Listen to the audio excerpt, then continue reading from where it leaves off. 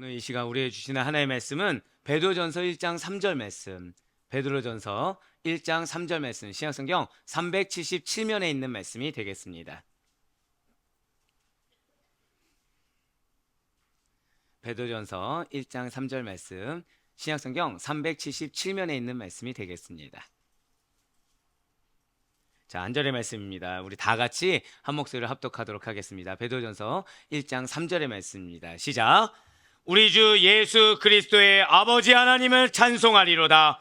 그의 많으신 긍휼대로 예수 그리스도를 죽은 자 가운데서 부활하게 하심으로 말미암아 우리를 거듭나게 하사 산 소망이 있게 하시며 아멘. 할렐루야. 네, 주께 사랑하신 우리 모든 아델포이교회 성도 여러분들, 우리 영적 가족들, 우리 모든 성도님들을 정말로 주님의로 환영하고 축복합니다. 네, 별로 축복하지 않은 것 같을 때 우리 옆에 있는 분한테 좀 축복하면서 이렇게 인사하시면 좋을 것 같아요. 주님의 이름으로 사랑하고 축복합니다. 자, 우리 한 번 더 인사하실 때, 미리 말씀드리지만 두 번 더 인사할 겁니다. 한 번 더 인사하실 때 우리 믿음으로 살아갑시다. 자, 우리 한 번 더 인사하실 때 거듭난 우리에게 새로운 삶이 있습니다. 네, 그렇습니다. 분명 우리는 새로운 삶을 살아가는 거듭난 그리스도인들입니다. 그런데 대다수의 분들은 내가 거듭났다 머리로 알고 있습니다. 나 예수님 믿어, 나 천국 갈 거야, 다 머리로 알고 있습니다. 근데 이러한 새로운 삶에 대해서 이야기할 때 기준이 어디가 될까요? 현재의 삶을 기준으로 해서 변화나 성장이나 성숙 등의 개념, 혹은 어떠한 문제 해결이나 형통함, 무탈한 삶 정도로 생각하는 경우가 의외로 많다라는 거예요. 하지만 새로운 삶이라는 것은 결코 그러한 것이 아니라는 것이죠. 거듭난다라는 것은 기존의 것에 더해서 무언가 속성이 바뀌는 것이 아닙니다. 아예 새로운 개체로서의, 절대 고백하실게요, 새로운 탄생. 그렇습니다. 새로운 개체로서의 탄생을 의미하는 거라는 것이죠. 그렇듯이 거듭나서 새로운 삶을 산다, 여러분들 거듭나 우리에게는 새로운 삶이 있습니다라는 것은 새롭게 태어난다라는 것부터 시작을 해야 마땅하다라는 것입니다. 그렇습니다. 모든 생명체의 새로운 삶이라는 것은, 한번 고백하실게요, 태어남. 예, 새로운 삶은 당연히 태어남과 함께 시작한다는 것이죠. 태어남이라는 과정을 거치지 않는다고 한다면 그 어떠한 생명체도 이 세상에서의 삶을 꾸려나갈 수가 없다라는 거예요. 태어남이 없으면 삶의 시작이라는 것은 존재하지 못한다라는 것이죠. 그렇기 때문에 인간은 이 태어남을 통해 존재와 일생을 시작하게 된다라는 것입니다. 이러한 태어남이라는 것은 우리 중에 그 누구도 나 스스로가 태어나는 때, 태어나는 장소를 선택할 수가 없어요. 말 그대로 태어나게 되는 것입니다. 이 가운데 나는 엄마 뱃속에 있을 때부터 나는 서울에서 태어나겠다고 작정했다, 나는 광명에서 태어나기로 작정했다, 나는 인천에서 태어나기로 작정했다 해서 내가 작정해서 그 장소, 그 지역에서 태어난 것이 아니라는 것이죠. 태어나게 되었다는 것입니다. 우리 스스로가 주체적으로 태어남을 결정할 수가 없다라는 거예요. 그리고 이것은 영적인 태어남, 거듭나는 일 역시도 마찬가지라는 것이죠. 오직 하나님의 전적인 은혜로 말미암아 성도의 부패한 심령이 성령의 능력을 힘입어 새로운 피조물로 거듭나게 되는 것입니다. 내가 거듭나야지 해서 거듭난 것이 아니라 거듭나게 되어졌다라는 거예요. 이러한 거듭남을 다른 말로 무엇이라는 것입니까? 절대 고백하실게요. 중생. 그렇습니다. 이러한 거듭남을 다른 말로 중생이라고 해요. 특별히 우리는 지난 7월부터 리버스, 만물을 새롭게 거듭난 시리즈를 통해서 은혜 받는 시간을 지속적으로 지금 가지고 있어요. 21주의 행군이라고 말씀드리면서 지금 13주차를 지금 나아가고 있습니다. 이렇게 우리는 거듭남에 대해서 자주 언급하지만 구원의 서정이 있다는 거죠. 여러분과 저는 구원을 받았습니다. 믿으십니까? 이거를 신학적으로, 교리적으로 구원의 서정이라는 단계를 구분해 놓은 구원의 서정이라는 것이 있어요. 여기서는 거듭남이라는 문자적 의미를 지닌, 한 번 더 고백하실까요? 중생을 더 많이 쓴다는 거예요. 그래서 12주가 지난 바로 이 시점에 우리 주님께서는 중생, 이 중생이라는 말씀의 제목으로 베드로전서 1장 3절 말씀을 통해 중생의 의미가 무엇인지, 본질이 무엇인지를 알기를 원하신다라는 거예요. 이것이 우리의 삶에 무슨 연관이 있는지, 무엇보다도 여러분과 저의 정체성 확립을 통해 한번 고백하실까요? 나는 중생하였습니다.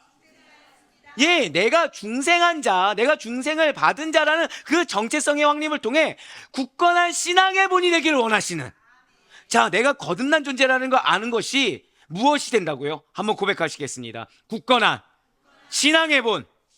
네, 그렇습니다. 내가 중생한 자라는 것을 아는 것, 내가 거듭난 자라는 것을 아는 것이 내가 세상에 속한 자나 교회 다니는 나나 별반 차이가 없는 것이 아니라 예수님을 믿는 자에 합당하게, 예수님을 믿는 자답게 변화된 그런 선한 영향력을 드러낼 수 있는 신앙의 본이 되기를 원하시는, 여러분과 저에게 허락된 구원의 은혜에 대해서 다시 한 번 더 확고하게 자리매김하고 결단하는 은혜의 시간이 되기를 원하시고 계시다는 거예요.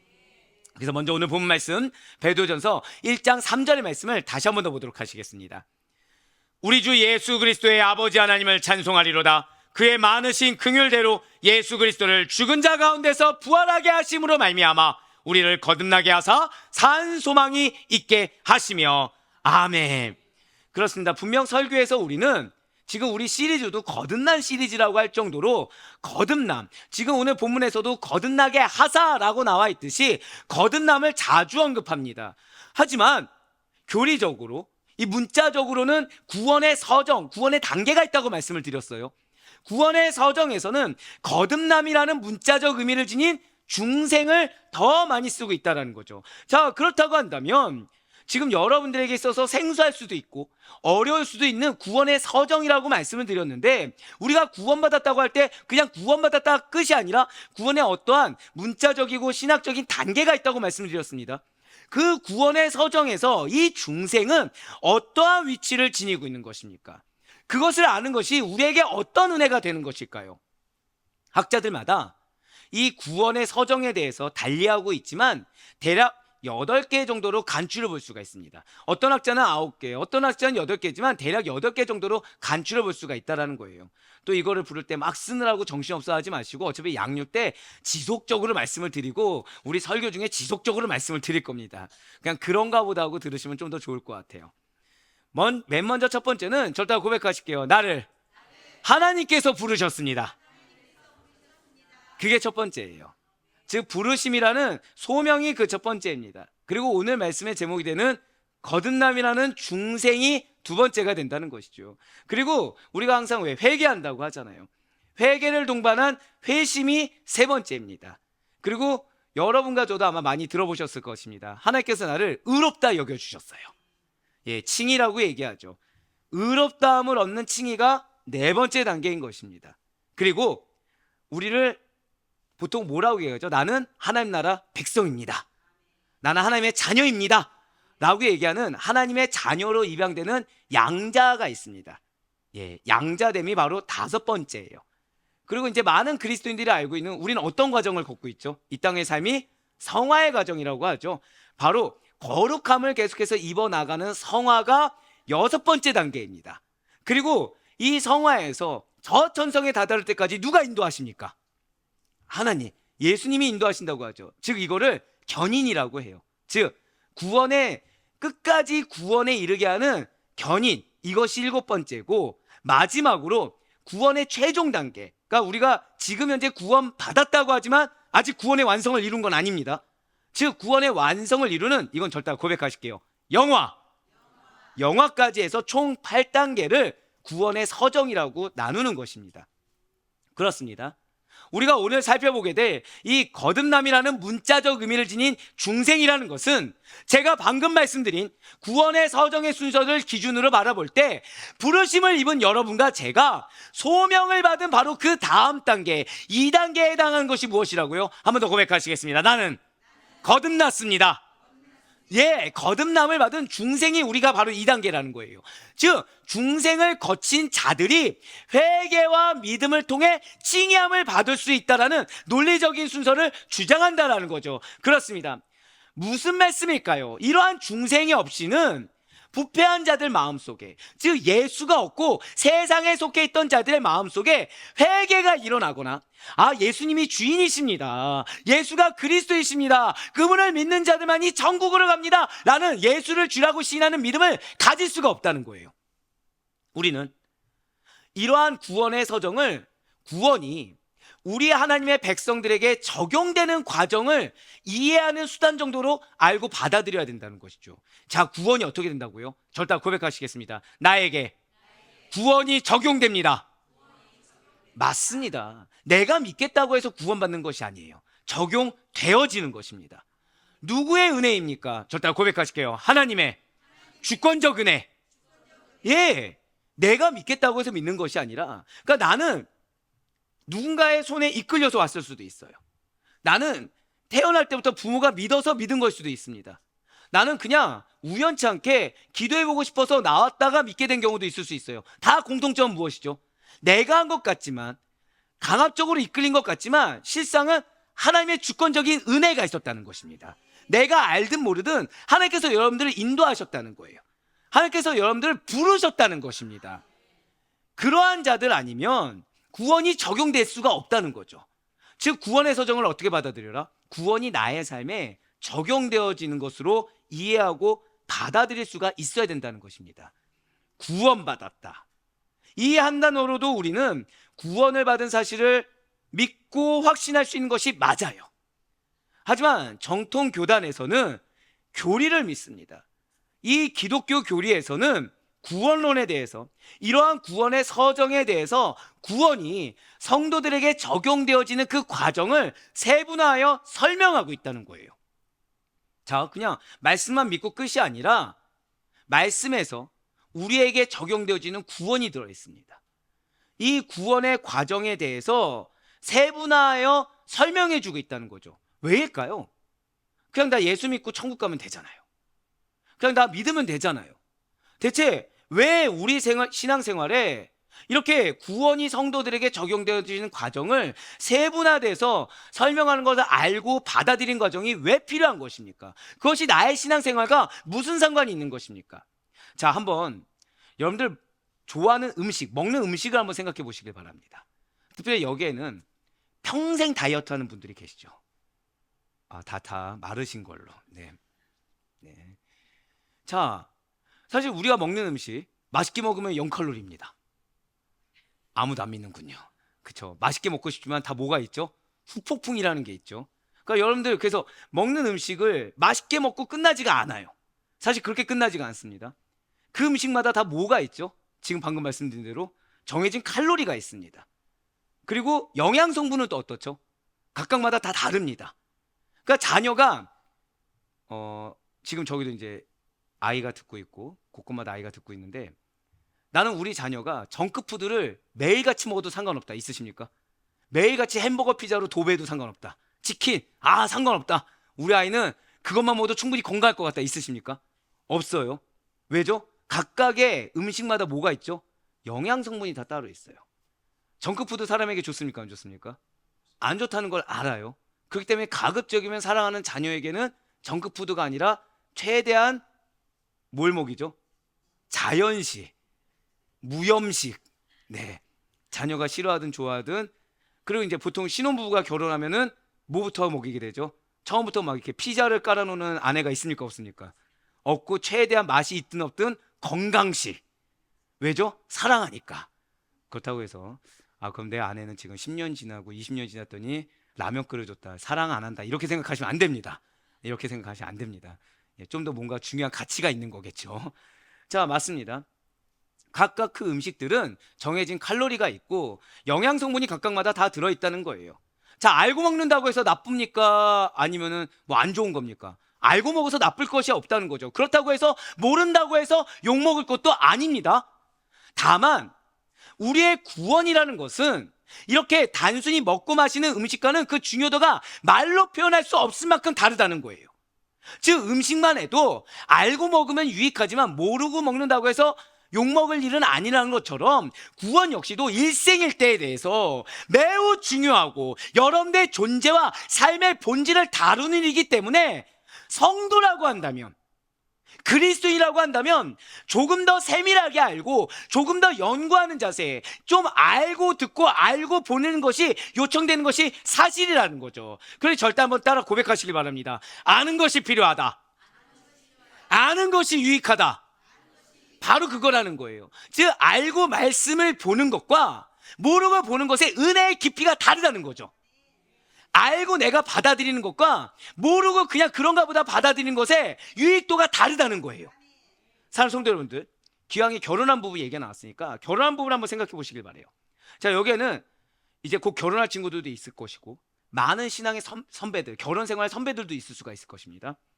자, 여러분들 이제 결혼하고 나니까 딱 결혼한 그 순간부터 배우자에 대해서 그 즉시로 모든 걸 다 알게 되고, 결혼한 딱 그 순간부터 이 예식장을 나가자마자 다 이해가 되고 다 용납되고 다 받아들일 수가 있게 되었습니까? 아니면 부부의 연차가 며칠이 되었든 몇 년이 되었든 몇십 년이 되었든 계속해서, 좀 좋게 얘기하면 알아가는 과정을 겪습니까? 너무 좋게 얘기했나요? 예, 좀 더 심하게 얘기하면 도저히 받아들이기 힘들어서 부딪히는 과정을 겪습니까? 아니면 다 용납되십니까? 부딪히는 과정을 겪게 되죠. 그 중에 누군가는 포기하기도 하고, 누군가는 적절히 타협하기도 하고, 누군가는 서로가 잘 융화되어 가기도 하는 과정이란 걸 겪는다는 거예요. 결혼하는 남녀는, 부부는 끊임없이 대화를 합니다. 끊임없이 서로에 대해서 알게 모르게 생각하고 고민하며 끊임없이 서로에 대해서 탐구라는 걸 한다는 거예요. 상대가 무엇을 좋아하는지, 상대가 무엇을 싫어하는지, 상대가 지금 어떤 환경에 있는지, 상대가 지금 무엇이 필요한지.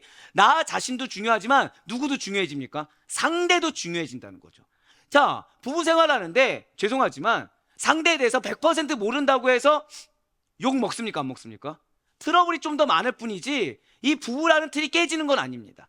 상대에 대해서 더 잘 알면 잘할수록 어떻게 되는 거예요? 부부 생활에 깊이라는 걸 더해갈 수 있다는 거죠. 다른 어떠한 잘 모르는 부부와는 다른 부부 생활을 영위할 수가 있다는 거예요. 참으로 사람 속은 알다가도 모르는 일이기 때문에, 그리고 모든 궁금증이 일시에 다 해소되는 법은 없기 때문에 어쩌면 결혼한 남녀의 서로를 향한 연구와 탐구라는 것은 평생의 과업일 수 있다는 거죠.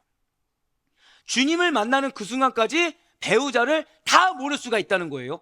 즉 부부라고 한다면 배우자에 대해서 알아가는 과정은 일시입니까? 평생입니까? 평생이라는 거죠.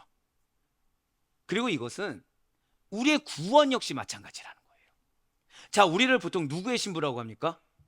예수님의 신부라고 하죠. 우리의 구원 역시도 평생의 과업이라는 거예요. 구원은 하나님의 백성에게 적용되는 우리의 일이 맞습니다. 하지만 이 구원에는 하나님의 전적인 은혜, 하나님의 도우심, 하나님의 능력이 개입되는 초자연적인 일이기 때문에 그냥 인간의 얕은 한계에 있는 지식과 지혜로는 다 깨우치기가 어려운 영역이라는 거예요. 그렇기 때문에 우리의 성도의 삶에 있어서 오늘 이 시간은 굉장히 중요한 시간입니다. 여러분들, 자, 설교 말씀이 어려울 수 있어요. 양육이 어려울 수 있습니다. 당연하겠죠. 자, 아까 왜 제가 부부를 말씀드렸겠습니까? 자, 남편, 아내 알아가는 거 쉽습니까? 어렵습니까? 사람 하는 것도 그렇게 어려운데 하나님의 일을 하는 것이 어려울까요? 쉬울까요? 어려울 수밖에 없다는 거죠. 근데 어렵기 때문에 포기할 것입니까?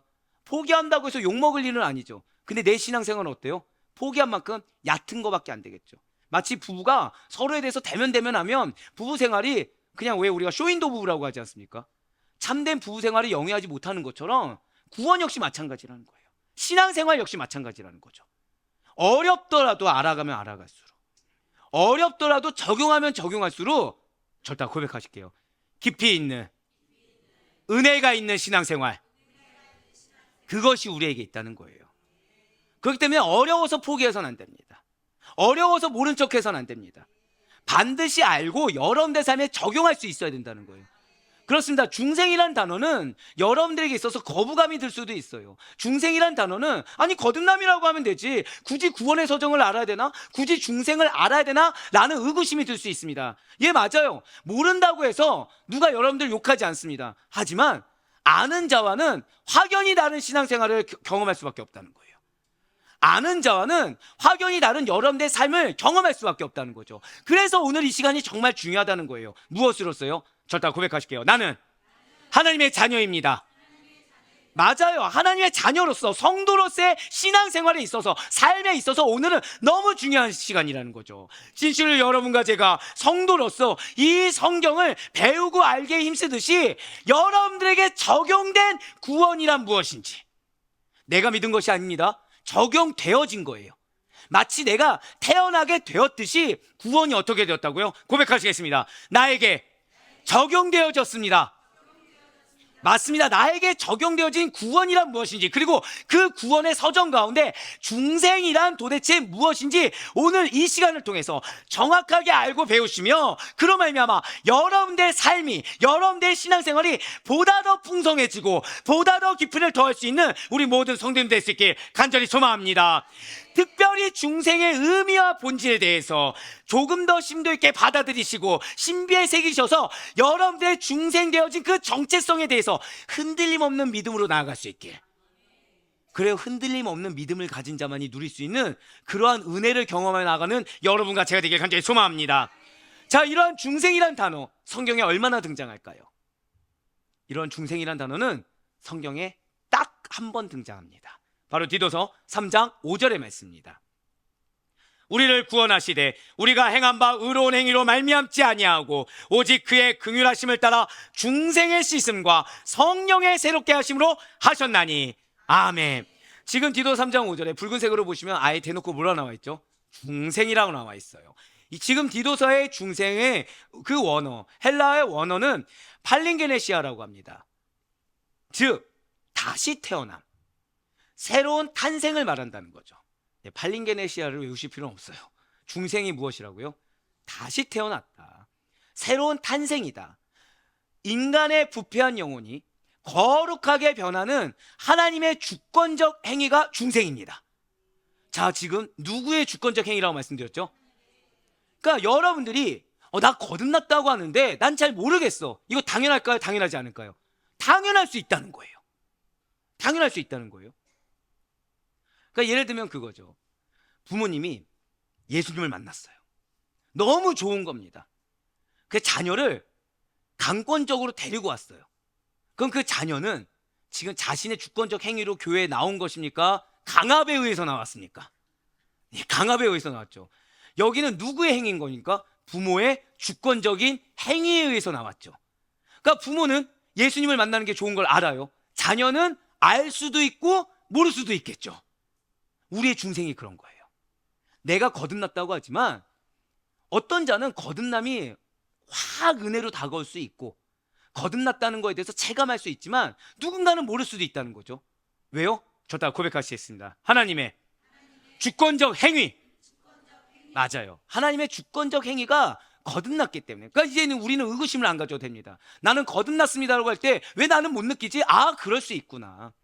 하나님의 주권적인 행위로 말미암아, 그분의 은혜로 말미암아 내가 거듭나게 되어진 것이기 때문에 내가 모를 수 있구나. 그렇지만 믿는 거구나, 받아들이는 거구나. 뭘 받아들인 거죠? 그 자녀는 지금 어디 안에 있는 거예요? 부모 손에 이끌려서 교회 안에 있구나. 내가 지금 예배를 드리고 있구나 라는 것을 받아들이고 인정하는 것처럼, 아, 예수님께서, 하나님께서 주권적 행위로 나를 거듭나게 하셨구나, 받아들이는 겁니다. 그게 중생이에요. 죄악에 갇혀서, 그런데 이제 여기서 끝나는 것이 아니겠죠. 죄악에 갇혀서 사실은 세속적인 욕망이 있었습니다. 개인적인 육체의 만족을 위해서 살던 가치관이 있었는데 어떻게 됩니까? 변하게 된다는 거예요. 일시에 변할 수도 있고 단계적으로 변할 수도 있다는 거죠. 결국 공통점은 무엇입니까? 절대 고백하실게요. 반드시 변화되어집니다. 맞아요. 시간이 어떻게 걸리든지 누군가는 1분 1초 만에 될 수도 있고 누군가는 1년이 걸릴 수도 있지만 반드시 어떻게 된다는 거예요? 가치관이 변화되어진다는 거예요. 그리하여 궁극적인 소망을 점차 누구에게 둡니까? 하나님께 두는 자들로 변하게 된다는 거죠. 그러기 위해서는 하나님 안에서 죄 씻음을 받고 의롭다라고 인정받는 사람으로 새롭게 태어나는, 절대 고백하실게요, 중생이 반드시 필요합니다. 중생이 반드시 필요하다는 거예요. 그래서 우리가 감사할 수 있는 겁니다. 내가 선택한 게 아니에요. 누구의 주권적 행위라고요?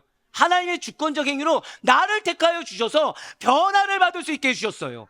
새롭게 태어나는 은혜를 그냥 허락해 주셨다는 거죠. 내가 하고자 한 것도 아닙니다. 내가 결단한 것도 아니에요. 그냥 우연찮게 태어나 보니까 부모가 믿고 있었고, 우연찮게 만난 사람이 예수님을 만나고 있었고, 우연찮게 만난 친구가 나를 끌어들였을 뿐입니다. 나는 내 마음에 끌림이 있든 없든, 알든 모르든 그냥 왔을 뿐이에요. 근데 하나님 뭐라고 하신 거예요? 넌 거듭난 존재야. 너에게 은혜가 있을 거야. 넌 반드시 변화될 거야. 내 의지가 아니에요. 내 능력이 아니에요. 하나님의 주권적인 행위로, 하나님의 주권적인 능력으로 반드시 그렇게 만들어 주신다는 거예요. 진실로 하나님께서는 인간의 능력이 아니고 성령의 능력으로, 복음의 말씀으로 우리 모든 죄인들을 새롭게 하십니다. 진실로 하나님께서는 여러분과 저를 구원하시되 도저히 구원받을 수 없는 극악무도한 원수들에게, 가능성 하나 보이지 않는 극악무도한 죄인들에게 긍휼하심과 자비하심을 베풀어 주십니다. 저 다 고백하실게요. 나에게 기회를 주십니다. 맞아요. 기회를 받을 수 없는 자에게 기회를 주세요. 진실 하나님께서는 긍휼히 여김을 받을 수 없는 자들에게, 기회를 얻을 자격이 없는 자들에게 독생자 예수 그리스도를 십자가에 죽게 하심으로 말미암아 당신의 사랑을 나타내어 주셨어요. 바로 여기에 하나님의 위대하심이 있다는 거죠. 어떠한 자격이나 어떠한 조건을 갖춘 자들이 아닙니다. 그럼에도 불구하고 무가치하고 버려져도 되는 쓸모없는 죄인임에도 불구하고 아무런 가능성이 없는 자임에도 불구하고 그러한 자들을 거듭나게 하셨다는 거예요.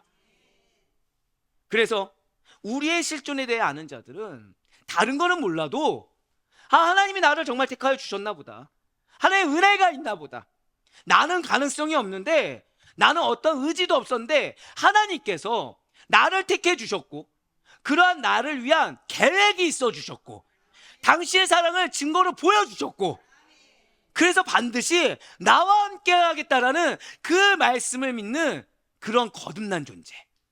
여러분들 어떤 존재라고요?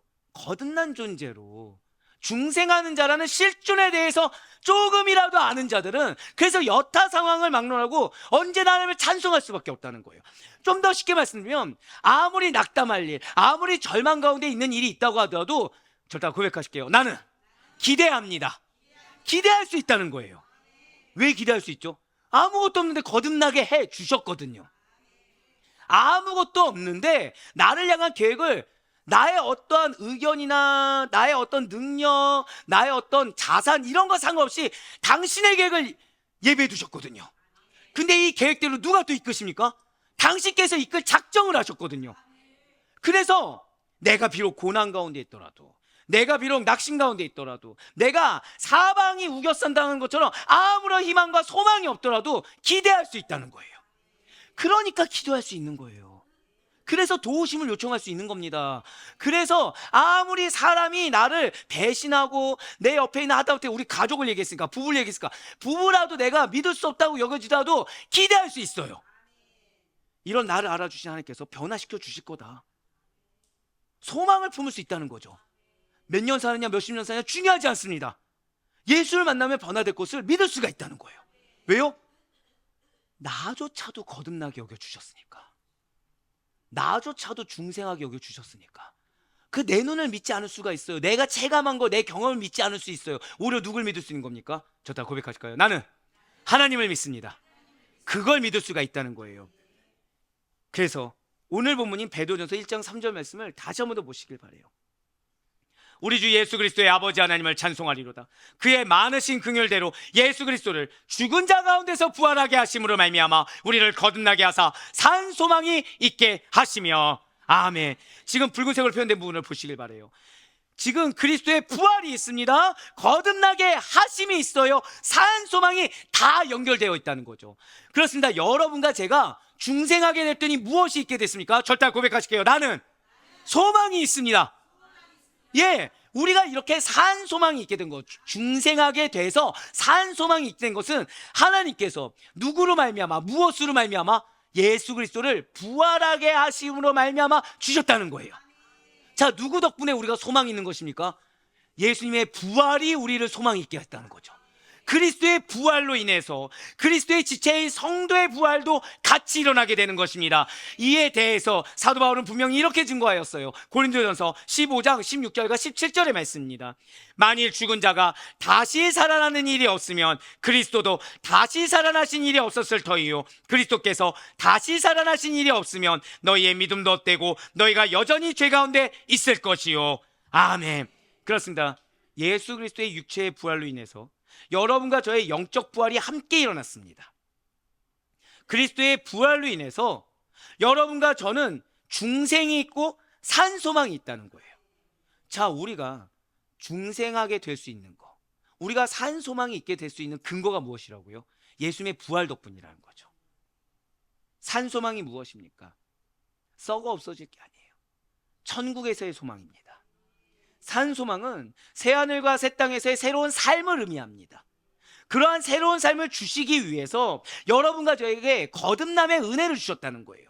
그래서 이 땅 가운데 저 천국을 조금이라도 맛볼 수 있도록 은혜를 더하여 주시고, 여러분에게 기업이라는 사명을 주시며 그 기업 가운데서도 하나님의 은혜가 무엇인지, 정말 썩어 없어질 만한 기업이 무엇인지 경험하게 하신다는 것이죠. 진실로 여러분과 저의 중생에는 절대 고백하실게요, 목적이 있습니다. 자, 무슨 말씀입니까? 여러분들을 거듭나게 하시는데 그냥 이유 없이 거듭나게 하신 것이 아니라는 거예요. 이유가 있다는 거죠. 그러니까 여러분들 삶마다 그냥 우연하게 지나가고 스쳐 지나가는 일이 없다는 거예요. 다 무엇이 있다고요? 절대 고백하실게요. 이유가 있습니다. 이유가 있다는 거죠. 왜요? 여러분과 저에게는 목적이 있기 때문에. 새로운 삶과 산 소망을 주시려고 여러분들에게 중생이라는 은혜를 허락하여 주셨습니다. 문제는 다른 데 있지 않아요. 자, 중생을 누가 주셨습니까? 하나님이. 하나님의 주권적인 행위로 말미암아 우리는 중생 되어졌습니다. 그 자에게 무엇이 있다고요? 그런 자에게 산 소망이 있어요. 은혜가 있습니다. 근데 왜 우리를 중생하게 하셨다고요? 목적이 있으니까. 그러니까 여러분들의 삶 가운데 이유 없는 것이 있다 없다? 없습니다. 자, 그럼 여기까지가 문제가 있습니까 없습니까? 전혀 문제가 없죠. 자, 여기에 나라는 사람 있습니까 없습니까? 없어요. 인간의 영역이 있습니까 없습니까? 없어요. 결국 여러분들을 향한 목적은, 여러분들을 향한 그 목표의 기업은 반드시 이루어집니까 안 이루어집니까? 이루어진다는 거예요. 왜요? 하나님의 주권적 행위고 하나님의 주권적 은혜이기 때문에. 그런데 문제는 다른 데 있어요. 문제는 이 사실을 아는데 다 믿으려고 하지 않는 데 있다는 거예요. 무슨 말씀입니까? 새로운 삶이 있어요. 산 소망이 있습니다. 기업이 있습니다. 근데 이렇게 아멘으로 고백하는 자들도 있지만 그 누군가는 믿으려고 들지 않는다는 거죠. 왜입니까? 여전히 세상에서의 삶이라는 유한한 생각, 유한한 가치관에 갇혀 있습니다. 그렇기 때문에 하나님의 창조적 사역인 중생이 우리의 인생의 본질적인 부분을 어떻게 다른 차원으로 나아가게 할지에 대해서 가늠해 볼 수조차 없다는 거예요.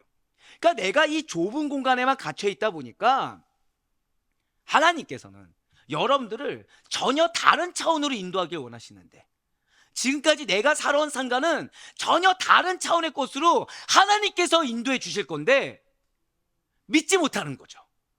왜요? 내 눈은 뭐만 보입니까? 지금 나를 가두고 있는 이 프레임 안만 보이는 겁니다. 우물한 개구리인 거죠. 그러니까 우물 밖에 더 큰 세상이 있다고 해도 믿지 않는 거예요. 문제는 우물 밖으로 나간 개구리가 있습니까 없습니까? 있다는 거죠. 누군가는 저 밖에서 외치고 있는 거예요. 훨씬 큰 세상이 있어. 다른 세상이 있어. 근데 안에 있는 개구리는 올라가는 게 힘들다고. 내 주변에 보이는 거는 벽밖에 없다고. 이 물이 전부라고 얘기하면서 그 우물 안의 가치관과 우물 안의 세계에 갇혀서 믿으려고 하지도 않고 도전해 보려고 하지도 않는다는 거죠.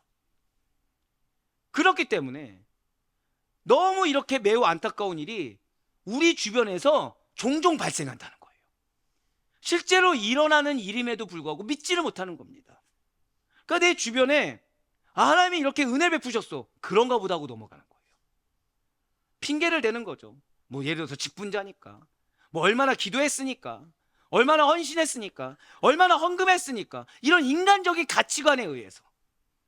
사랑하는 성도 여러분들, 여러분들은 중생되어졌습니다. 자, 여기에 내가 헌금을 얼마나 했냐, 내가 봉사를 얼마나 했냐, 내가 신앙생활을 얼마나 했냐, 내가 직분을 얼마큼 중요한 직분을 맡았냐, 있습니까 없습니까? 전혀 없다는 거예요. 전혀 없습니다. 여러분들이 은혜 받는 거에는 돈이 필요한 게 아니에요. 여러분들이 은혜를 받는 거에는 노력이 필요한 게 아닙니다. 여러분들의 은혜는 절대 고백하실게요, 거저 받았습니다. 하나님이 여러분들이 원하는 건 믿음이지 인간적인 무언가를 원하시는 것이 아니라는 거예요.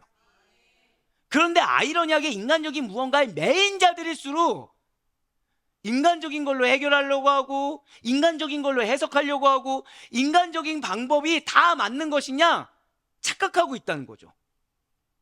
분명 주변에 있는 그리스도인들은 중생을 다 경험했습니다. 은혜가 무엇인지를 경험했어요. 그럼에도 불구하고 그 일은 그들이니까 라고 하면서 나와는 무관하다고 여기고 없는 일을 취급해버리는 것입니다. 내 삶 가운데 은혜를, 하나님의 권능은 내가 감히 평가할 수 없는데 내가 제한해버린다는 거예요. 그러니까 겸손한 척 뒤에 숨어서 이 정도만 응답해도 난 감사합니다라고 하지만 실제 이 정도 응답되면 감사합니까 안 합니까? 감사 안 하죠. 또 다른 이만큼이 또 생기죠.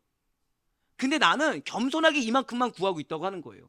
하나님은 뭐라고요? 새로운 삶을 준비하고 있는데, 전혀 다른 삶을 준비하고 있는데 감히 상상조차 못하니까 이 세계에 계속 갇혀 있다는 거예요. 마치 무엇처럼요? 우물 안의 개구리처럼. 자신이 체감하지 못했습니다.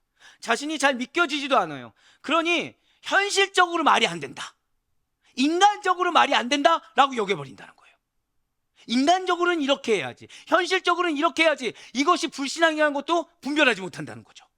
사실 그들은 진리를 아는 일이 중요하다, 별로 그렇게 여기지 않는다는 거예요.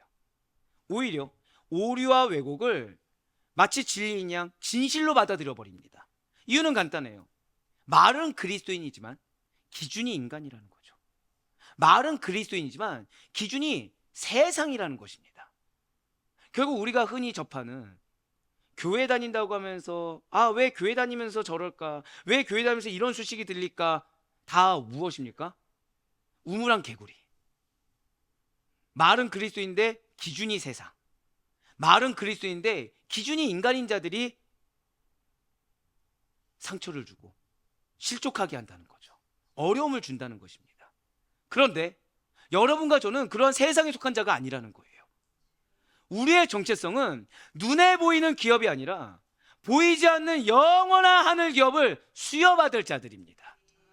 그 누군가는 하늘의 나를 위해서 무슨 예비한 것이 있을까, 지금 내가 당장 먹고 살기도 힘든데 라고 질문하고 의심하느라 현실에 매이고 사람의 기준과 가치관에 매여서 정작 시간을 허비하고 있겠지만, 여러분과 저는 다르다는 것이죠.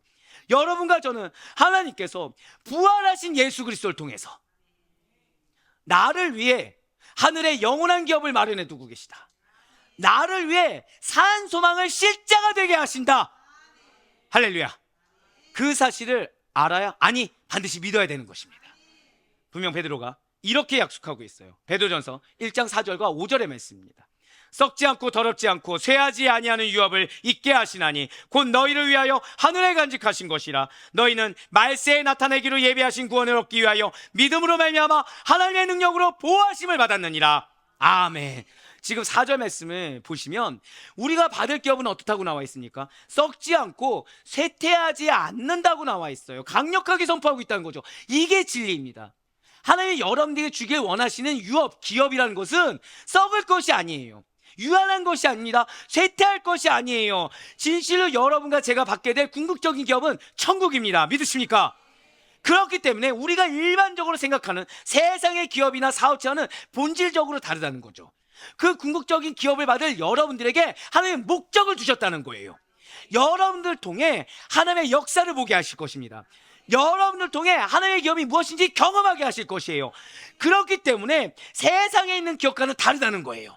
세상에 있는 기업은 어떻습니까? 썩어요. 아무리 잘 되어지는 것처럼 보여도 언젠가는 쇠락합니다. 언젠가는 침체되어져요. 언젠가는 상하게 됩니다. 게다가 때로는 더럽기 짝이 없고 때로는 추하기 짝이 없어요. 하지만 천국의 기업은 이러한 세상의 기업과는 감히 비할 바가 안 된다는 거죠. 우리가 받을 천국의 기업은 완벽합니다.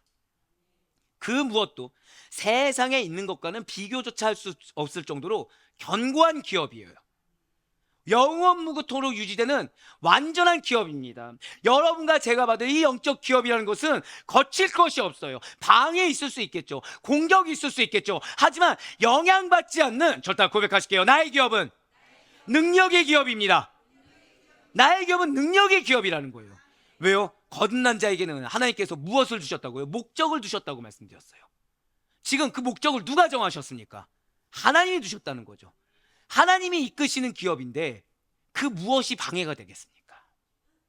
당연히 작은 돌부리에 걸려 넘어질 수는 있겠죠. 당연히 상처란 걸 받을 수는 있겠죠. 어려움이라는 걸 받을 수 있겠죠. 하지만 궁극적으로 완성하고 승리하게 된다는 거예요. 그 자체로 시들지 않는 완전한 기업인 것입니다.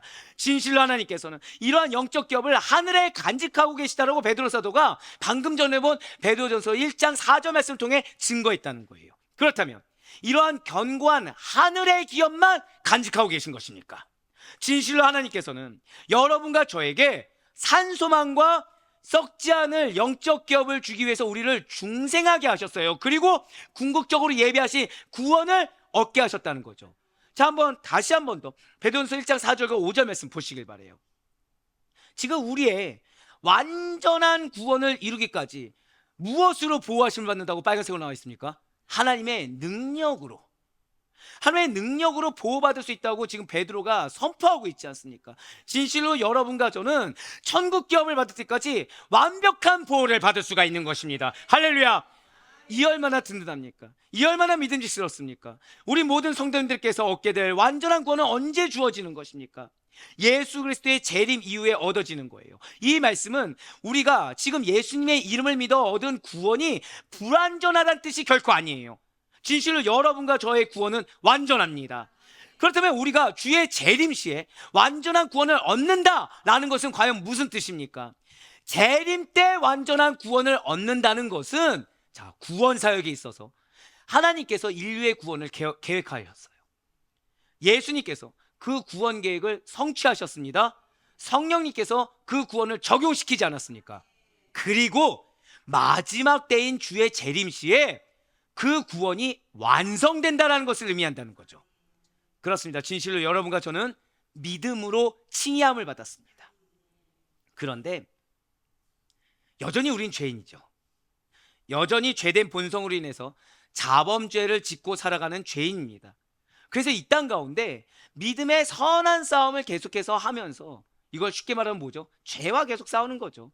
내 마음과 계속 끊임없이 전쟁을 벌이는 거예요. 그러한 성화의 길을 걷고 있다는 거죠.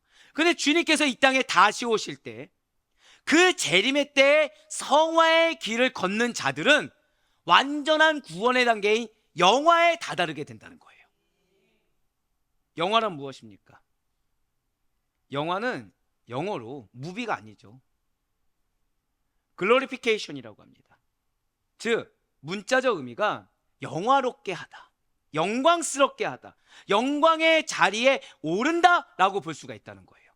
즉, 우리 모든 성도님들이 경험하는 구원 과정의 최종 단계가 영화인 것입니다.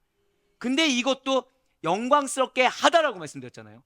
내가 영화의 자리에 오른 것이 아니라 누가 영화의 자리에 오르게 하는 거예요? 하나님께서. 예수님께서 당신의 재림의 때에 우리를 영화롭게 해 주시는 것입니다. 이에 대해서 사도 바울은 이렇게 증거하고 있습니다. 로마서 8장 29절과 30절의 말씀입니다. 하나님이 미리 아신 자들을 또한 그 아들의 형상을 본받게 하기 위하여 미리 정하셨으니 이는 그로 많은 형제 중에서 맏아들이 되게 하려 하심이냐. 또 미리 정하신 그들을 또한 부르시고 부르신 그들을 또한 의롭다 하시고 의롭다 하신 그들을 또한 영화롭게 하셨느니라. 아멘. 이렇게 영화롭게 하시는 영화의 단계에 들어가는 것은 중생의 목적과도 맞닿아 있습니다. 자, 여러분들이 거듭나게 된 것은 그 최종 목적이 어딘 거예요? 영화라는 것이죠. 우리가 부르심을 받아 거듭나게 되어 의롭다라고 인정받게 되고 영화롭게 되는 것입니다. 이러한 우리 중생의 그 목적이 무엇이라고요? 새로운 삶을 주시기 위함입니다. 산 소망을 주시기 위함입니다. 우리들에게 중생이라는 은혜를 허락하시고 영화의 단계까지 다다르게 하는 거, 그것이 아니고 무엇이겠습니까? 절대 고백하실게요. 나의 목적은 영화까지입니다. 그렇습니다. 이 땅 가운데 새로운 삶을 경험하게 하세요. 산 소망을 갖게 하십니다. 그런데 영화까지 이르게 하시겠다는 거예요. 분명히 이 세상에는 의인이 하나도 없어요. 하지만 그래서 구원받은 여러분과 저조차 세상 사람들과 별반 다를 것이 없는 연약하고 유약한 죄된 모습을 보이며 매우 실망스러운 모습을 보일 때가 많습니다. 하지만 그럼에도 불구하고 하나님께서는 당신의 주권적인 행위로, 그 주권적인 은혜로 중생하게 한 자들에게 반드시 영화에 이르게 하신다는 사실을 믿으시길 바랍니다. 그렇습니다.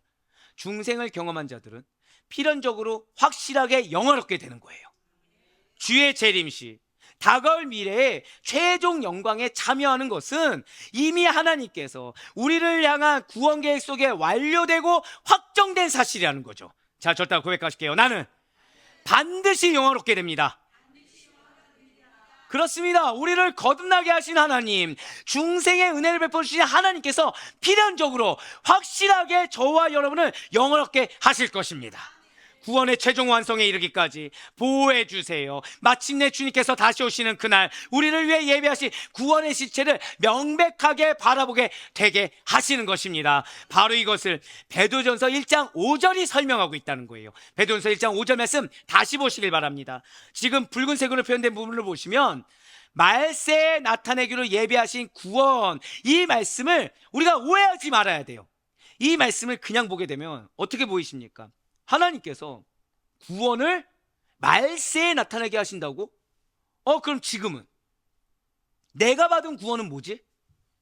지금은 구원이 나타나지 않는다는 거야? 라는 질문이 생길 수밖에 없다는 거죠.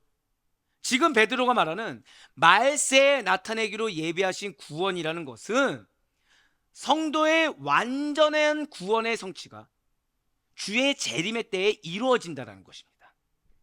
그렇기 때문에 지금 사람들은 아무리 구원의 완전한 실체를 보려고 해도 볼 수가 없다는 거죠. 즉 여러분과 저의 연약함 볼 수 있습니까? 없습니까? 볼 수 있다는 거예요. 믿음으로 구원받았다고 하는데 세상 사람들과 별반 다를 바 없는 모습 볼 수 있습니까? 없습니까? 볼 수 있다라는 거예요. 당연한 것은 아니고 그럴 수 있다라는 것입니다. 왜요? 구원의 완전한 실체는 언제 보게 되는 것입니까? 말세, 주의 재림 때. 즉 말세까지 구원의 진정한 실체가 가려져 있다는 거죠. 만약에 우리 지금 이 땅 가운데서도 구원의 실체가 명명백백하게 다 드러나게 된다면 어떻게 되겠습니까? 아마도 그리스도를 믿지 않을 사람이 없을 거라는 거예요. 자, 여기에서 우리의 중요성이 나오죠. 자, 방금 전에 구원의 실체를 누구나 명명백백하게 본다고 한다면 그리스도를 믿지 않을 사람 있습니까? 없습니까? 믿지 않을 사람 없다는 거예요. 즉 여러분들이 구원받은 자답게, 중생한 자답게, 거듭난 자답게, 하나님의 백성답게 살아가고 있다고 한다면 그러한 여러분들을 통해 믿지 않는 자들은 구원을 보게 될 것입니다. 그들은 예수님을 믿게 된다는 거예요. 왜죠? 진실로 여러분과 저는 구원을 눈으로 보지 않고도 믿는 자들 아니겠습니까? 분명 성경은 믿음이 보이지 않는 것들의 증거라고 말씀하고 있어요. 히브리서 11장 1절의 말씀입니다. 믿음은 바라는 것들의 실상이요 보이지 않는 것들의 증거니. 아멘. 그렇습니다. 여러분과 저에게 주어진 하나님의 약속이 지금 당장 눈에 보이지 않아도 믿고 확신하며 따라가는 것처럼 우리의 신앙의 성진들과 많은 성경의 인물들은 그렇게 손에 잡히지 않고 눈에 보이지 않아도 절대 고백하실게요. 하나님의 말씀. 그렇습니다. 하나님의 말씀을 따라 걸어갔다는 거죠. 인내로 출애굽한 모세. 그래서 말씀을 따라간 모세가 대표적인 예가 되지 않습니까? 바로 히브리서 11장 27절의 말씀을 계속해서 보시겠습니다. 믿음으로 애굽을 떠나 왕의 노함을 무서워하지 아니하고 곧 보이지 아니하는 자를 보는 것 같이 하여 참았으며. 아멘. 모세가 어떻게 했다고요? 인내했다는 거예요. 믿음으로 나아갔다는 것입니다. 믿음으로 나아가는 길에 뭐가 요구되었습니까? 인내가 요구되었어요. 하지만 궁극적으로 승리합니까 안 합니까? 승리한다는 거죠. 보이지 않던 완전한 구원의 실체는 주의 재림의 때에 분명히 선명하게 드러나게 될 것입니다. 바로 그때 눈으로 마주보는 것 같이 가까이에서 볼 수 있는 구원의 실체에 하나님의 영광이 나타나게 될 것입니다. 구원의 실체에 나타날 구원의 영광은 신비롭고 이루 말로 표현할 수 없을 정도로 엄청난 거예요. 다만 구원의 영광을 보기 위해 하나님께서 여러분들에게 예비하신 영적 기업을 받기 위해 그리스도와 함께한 상속자가 되기 위해서는, 즉 저다 고백하실까요? 나를 향한 목적이 있습니다. 나를 향한 기업이 있습니다. 그 목적이 이루어지고 그 목적이 승리하며 그 기업을 이루기 위해서는 예수님께서 받으신 고난도 함께 받아야 된다는 거예요. 이에 대해서 사도 바울은 이렇게 선포했어요. 바로 로마서 8장 17절의 말씀입니다. 자녀이면 또한 상속자 곧 하나님의 상속자요 그리스도와 함께한 상속자니 우리가 그와 함께 영광을 받기 위하여 고난도 함께 받아야 할 것이니라. 아멘. 영광이 반드시 있어요. 그 영광의 길에는 고난이 반드시 있습니다. 그런데 영광은 받고 싶은데 고난은 받기를 거부한 자들이 존재한다는 거죠. 어떤 경기에서 한번 생각해 보시길 바래요. 출발선을 떠나서 중간에 굉장히 넘기 힘든 장애물들을 통과해야 결승선에 다다르게 장치해 놓았다라는 경기를 한번 생각해 보시길 바랍니다. 그러니까 허들은 허들인데 굉장히 허들이 넘기 힘든 허들인 거죠. 근데 하나만 있습니까? 여러 개 있습니까? 여러 개가 있어요. 근데 그걸 통과하면 결승선에 도착하고, 결승선에는 통과한 자들, 1등만이 아니라 통과한 자들에게 주시는 어마어마한 상금이 있습니다. 그렇다면 그 경기에 출전한 선수는 어떻게 해야 됩니까? 장애물을 통과해서라도 결승선에 도달할 생각을 해야 된다는 거예요. 그런데 나는 장애물 있는 경기는 싫으니까 출발 자체를 하지 않을 거야. 난 저 장애물이 싫어. 인정하기도 싫어.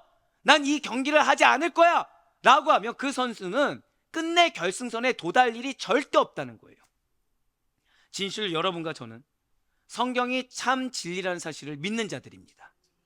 분명 하나님께서는 우리를 거듭나게 하셨고, 그러한 중생의 은혜를 받은 자들은 반드시 영화에 이르며 최종 구원의 때 하나님의 영광을 본다고 했어요. 여러분과 저에게는 반드시 기업이 있다고 하셨습니다. 이 땅 가운데서도 천국 잠깐이라도 맛볼 수 있도록 은혜를 맛보게 하시겠다고 하셨어요. 즉 허들 경기에서 허들만 넘어서 계속 힘든 과정 가운데 끝까지 가서가 아니라 중간중간마다 무엇이 있는 것입니까? 절대 고백하실게요. 때를 따라 돕는 은혜. 때를 따라 돕는 은혜가 있어요. 중간중간마다 하나님의 역사가 있습니다. 하나님의 동행하심이 있을 거예요. 그래서 저 기업까지 나아가게 하실 것입니다. 그러한 과정 가운데, 그런데 무엇이 지금 꼭 필수적으로 있다고요? 허들이 있다는 거죠. 고난입니다. 고난. 그렇습니다. 영광을 받기 위해 고난도 함께 받아야 됩니다. 만일 나는 고난을 받기 싫다라고 하면 영광도 받지 말아야 된다는 거예요. 그렇습니다. 모든 사람들은 고난받기를 거절합니다. 고난받는 걸 싫어합니다. 고난받는 상황을 피하고자 합니다. 그런데 유독 믿음이 있는 자, 믿음이 좋은 자들은 고난받는 걸 두려워하지 않습니다. 거기에 더해 고난받는 걸 기뻐하기까지 해요. 왜요? 고난의 터널 끝에 무엇이 있습니까? 은혜가 있다고 믿는 거예요. 영광이 있는 걸 확신하는 거예요. 그래서 기뻐합니다. 예, 맞아요. 영광을 받기 위해 고난도 함께 받아야 한다는 성경의 진리를 믿기 때문에 기뻐할 수가 있어요. 그래서 담대히 받을 수가 있다는 거죠. 종국에 보게 될 하나님의 놀라운 영광을 보기 위해 고난을 기꺼이 받고 감수한다라는 것입니다. 중생한 자를 영화롭게 할 것을 믿는 자들만이, 반드시 나의 목적이 이루어지고 나를 향한 기업이 이루어질 것을 확신하는 자들만이 고난을 달게 받으며 믿음을 지킨다라는 거예요. 바로 고린도전서 2장 9절의 말씀입니다. 기록된 바 하나님이 자기를 사랑하는 자들을 위하여 예비하신 모든 것은 눈으로 보지 못하고 귀로 듣지 못하고 사람의 마음으로 생각하지도 못하였다함과 같으니라. 아멘. 무슨 말씀입니까? 분명 우리는 예배하신 기업이라는 것, 예배하신 영광이라는 것을 보지 못합니다. 듣지도 못해요. 감히 생각조차 못합니다. 그런데 우리는 그럼에도 불구하고 절대 고백하실까요? 나는 믿습니다. 믿는다는 거예요. 보지도 못하고 듣지도 못하고 생각조차 못하는데 믿는다는 거죠. 그래서 지금 여러분들이 겪는 고난을 이겨낼 수가 있다는 거예요. 그래서 여러분들이 겪는 고난 넘어 있는 영광을 여러분들 것으로 맛볼 수가 있다는 것입니다. 반드시 기억하시길 바라요. 믿는 자만이, 확신하는 자만이 고난받기를 두려워하지 않습니다. 믿는 자만이 다가올 영광을 소망하며 고난받기를 기뻐한다는 거예요. 사랑하는 우리 성도 여러분들, 혹시 지금 고난의 때를 겪고 있습니까? 아니면 고난은 아니라고 하더라도 뭔가 시험이 있는 것처럼 어려움의 때를 겪고 있습니까? 예수님을 믿고 거듭나서 새로운 삶이 기다린다고 해서 좀 이전과는 다른 죄 없이 거룩하고 깨끗한 천국 같은 새하얀 세상에서 늘 항상 하나님의 은혜가 충만하고 도우심 있는 세상에서 살 수 있을 것이라고 생각했는데, 여전히 내 눈앞의 현실은 여전히 죄악됩니다. 여전히 나는 또다시 인내해야 됩니다. 여전히 나는 상처받습니다. 오히려 행악자가, 나쁜 사람이 더 잘 되는 불합리한 것들만 도사리는 세상 가운데 살아가고 있습니까? 분명 예수님을 내가 믿으면 은혜가 있다고 했는데, 축복이 있다고 했는데, 대체 왜 나는 남들보다 더 참아야 되고 더 인내해야 되며 왜 내 현실은 변화되지 않는지 의문이 드십니까? 중생한 자들에게 주어질 영광은 겨우 작은 세상의 영광 정도가 아니기 때문이라는 거예요. 중생한 자들에게 주어질 소망은 겨우 작은 세상의 소망 정도가 아니기 때문이라는 것입니다. 세상의 영광과 소망이라는 것은 중생한 자들에게는 헛것이요 버려질 것입니다. 그렇기 때문에 우리 주님께서는 우리가 갈 바로 그 고난의 길을 미리 먼저 걸어가셨고, 십자가의 좁은 길만이 종국의 영화에 이를 수 있는 유일한 길이라는 사실을 우리에게 먼저 알려주셨다는 거죠. 진실로 승리하길 원하십니까? 진실로 내가 신앙생활 하는데 그저 그런 신앙생활이 아니라 예수님께서 걸어가신 그 길을 따라 걸으며 하나님의 인정을 받기를 원하십니까? 주님께서 당장 여러분들의 현실의 삶에서 제일 중요하다고 여기며 살아왔던 모든 소망과 영광을 빼앗아 가신다고 하더라도 변함없이 주님만을 따라 걸으며 나의 지금까지의 신앙생활이 헛되지 않을 수 있도록 최후 승리를 만끽하는 자들이기를 원하십니까? 그렇다고 한다면 좁은 십자가의 길을 걷는 것을 이상하게 여기지 마시길 바라요. 분명 주님께서는 우리 죄인들을 위해서 모진 고난을 받으셨고 십자가에서 죽으시며 마침내 부활하시사 여러분과 저를 거듭나게 하시고 산 소망이 있게 하셨습니다. 오늘 보면 베드로전서 1장 3절 말씀을 마지막으로 다시 한번 더 보시길 바라요. 우리 주 예수 그리스도의 아버지 하나님을 찬송하리로다. 그의 많으신 긍휼대로 예수 그리스도를 죽은 자 가운데서 부활하게 하심으로 말미암아 우리를 거듭나게 하사 산 소망이 있게 하시며. 아멘. 그렇습니다. 여러분들이 거듭났다는 것, 여러분들이 중생했다는 것은 엄청난 감사예요. 나에게서 근거가 아니라 하나님의 주권적인 행위였습니다. 하나님의 주권적인 은혜였습니다. 그래서 현실의 문제 가운데 내 힘과 내 계획으로 이거를 타파할 수 없을 것 같고 막막하고 어려운 이것을 어떻게 해결할 수 없을 것 같아도 낙담하지 않을 수가 있다는 거예요. 거듭난 것 자체가 내 공로가 하나도 없기 때문에, 중생한 것 자체가 하나님의 주권적인 행위고 은혜였기 때문에. 근데 거기에는 무엇이 있다고요? 우리 한 번 더 고백하실게요. 나에게 목적이 있습니다. 나에게 이유가 있습니다. 나에게 목적과 이유가 있기 때문에 이 삶을 겪게 한다는 것을 알기 때문이라는 거예요. 이걸 믿기 때문이라는 거죠. 그럼 우리에게 무엇이 있다고요? 산 소망이 있다는 거예요. 끝까지 승리하게 하시겠다는 거예요.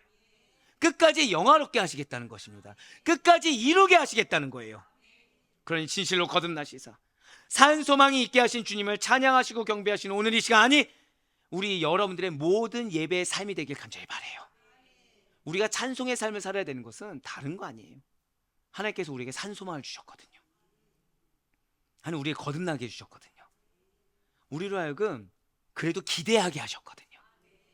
오직 주님만이 소망 없는 이 땅 가운데 아무것도 기대할 수 없는 나의 삶 가운데 영광 가득한 충만함을 불어넣어 주시사 그 충만함을 기반으로 이루게 하실 유일하신 분이십니다. 오직 부활하신 주님만이 여러분과 저를 중생하게 하시사 하나님의 영광을 바라보게 하고 그 영광을 여러분들의 것으로 하게 하실 유일하신 분이십니다. 그러니 정말 바라올 건 없기는 새로운 삶을 주시려고, 새로운 산 소망을 주시려고, 여러분들에게 영화를 주시려고, 여러분들에게 기업을 주시려고 여러분과 저를 중생하게 하신 그 주님을 찬양하시며 절망하지 마세요. 낙담하지 마세요. 그 절망 너머에 있는 소망을 보는 에스겔이 되길 바라요. 그 절망 너머의 소망을 확신 있게 나의 것을 만든 우리가 되길 바랍니다. 그래서 그분의 충만함을 가득 채워주시는 우리 모든 성도들의 삶이 되시는 가운데 반드시 나의 고난이 이렇게 극심한 것은 소망이 확실하기 때문이다. 나의 이 절망이 나를 짓누르는 것은 이 산소망이, 이 기업이 크고 확실하기 때문이다. 그 믿음으로 말미암아 언제나 그리스도의 충만함으로 가득할 수 있는, 그래서 시험 들지 않고 낙담하거나 포기하지 않고 끝까지 믿음으로 승리할 수 있는 여러분과 제가 되길 주님의 이름으로 간절히 축원합니다.